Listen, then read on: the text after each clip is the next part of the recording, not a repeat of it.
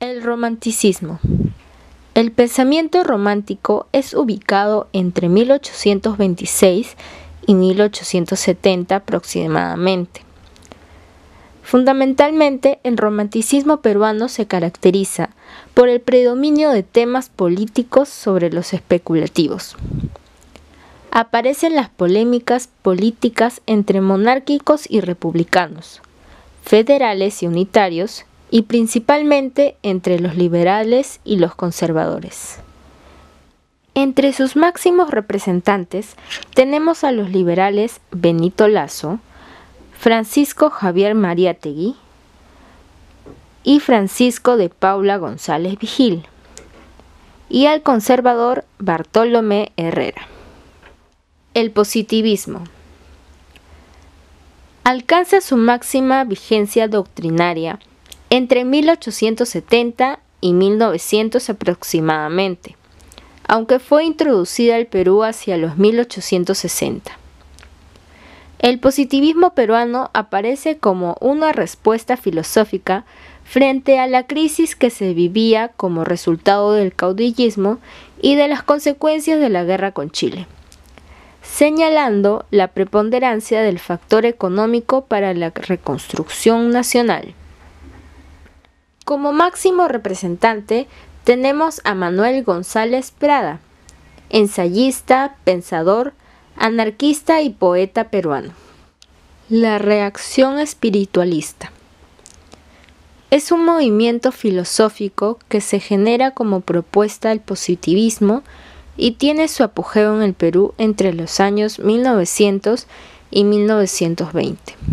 Recibe influencia de Henry Bergson. Desarrolla la metafísica y prioriza el aspecto espiritual, moral y educativo del hombre. Considera que la educación tiene como objetivo la formación de élites para que éstas dirijan los destinos del país. Como principales representantes tenemos a Alejandro Destua y a Mariano Iberico. Los movimientos socialistas. Abarca el periodo comprendido entre los años 1920 y 1940. Tiene una marcada influencia marxista adaptada a nuestra realidad nacional. Como principales representantes tenemos a José Carlos Mariátegui y a Víctor Raúl Haya de la Torre. La filosofía entre 1940 y 1960. Tiene como principal representante a Francisco Miró Quesada Cantuarias, quien considera que la filosofía científica es la teoría de los principios basados en la razón. Concibe a la solidaridad como un valor histórico concreto y considera que la persona humana es un fin en sí misma. La filosofía entre 1960 y 1980. Tiene como principal representante a Augusto Salazar Bondy, quien considera que la filosofía latinoamericana presenta las siguientes características. Tiene sentido imitativo, es de receptividad universal y tiene una ausencia de aportes originales. Existe un sentimiento de frustración intelectual. Hay un divorcio entre la filosofía y el pueblo. Las características de la filosofía latinoamericana, dice Bondy, tiene como causa principal el subdesarrollo y la dependencia de nuestra sociedad.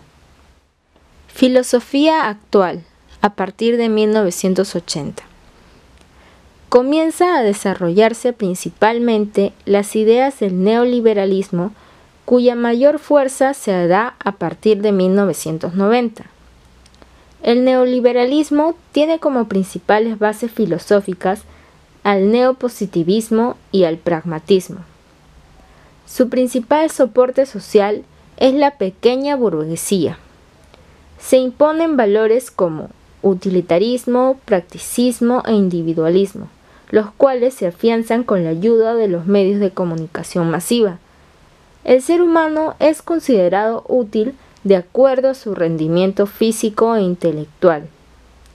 El proceso económico es determinado por las leyes de oferta y demanda. El Estado vende las empresas estatales, privatización, y se ocupa muy poco de la crisis por la cual atraviesa la sociedad. El pensamiento andino. Los estudiosos del pensamiento andino fueron John Murra, Olivier Dolphus y Rodrigo Montoya. Al llegar a nuestro territorio, los españoles cuestionaron la existencia de una filosofía andina, que de hecho sabían que existía, pero no se quisieron tomar la molestia de comprenderla, puesto a que ello significaría el no poder ejercer un dominio ante ellos. El hombre andino, como todos, piensa y tiene su propia filosofía. Distinguiremos dos teorías dentro del pensamiento andino: la teoría espiritualista y la creacionista. El hombre andino se afirma como un ser dentro de un conjunto de otros seres que interactúan entre sí sin tener ninguna ventaja. Aquí podemos notar que no es antropocentrista. La segunda teoría plantea la existencia de uno o varios dioses, los cuales le dan al hombre un determinado fin, que es básicamente que vivan, se desarrollen, cumplan con sus deberes y finalmente mueran para reintegrarse con la naturaleza. Podemos notar una estrecha relación entre el hombre y la naturaleza. El trabajo y la producción del hombre siguen el ritmo de la naturaleza sin violentarla.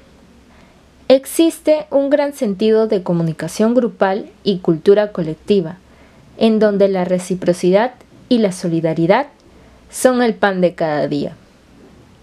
El pensamiento amazónico.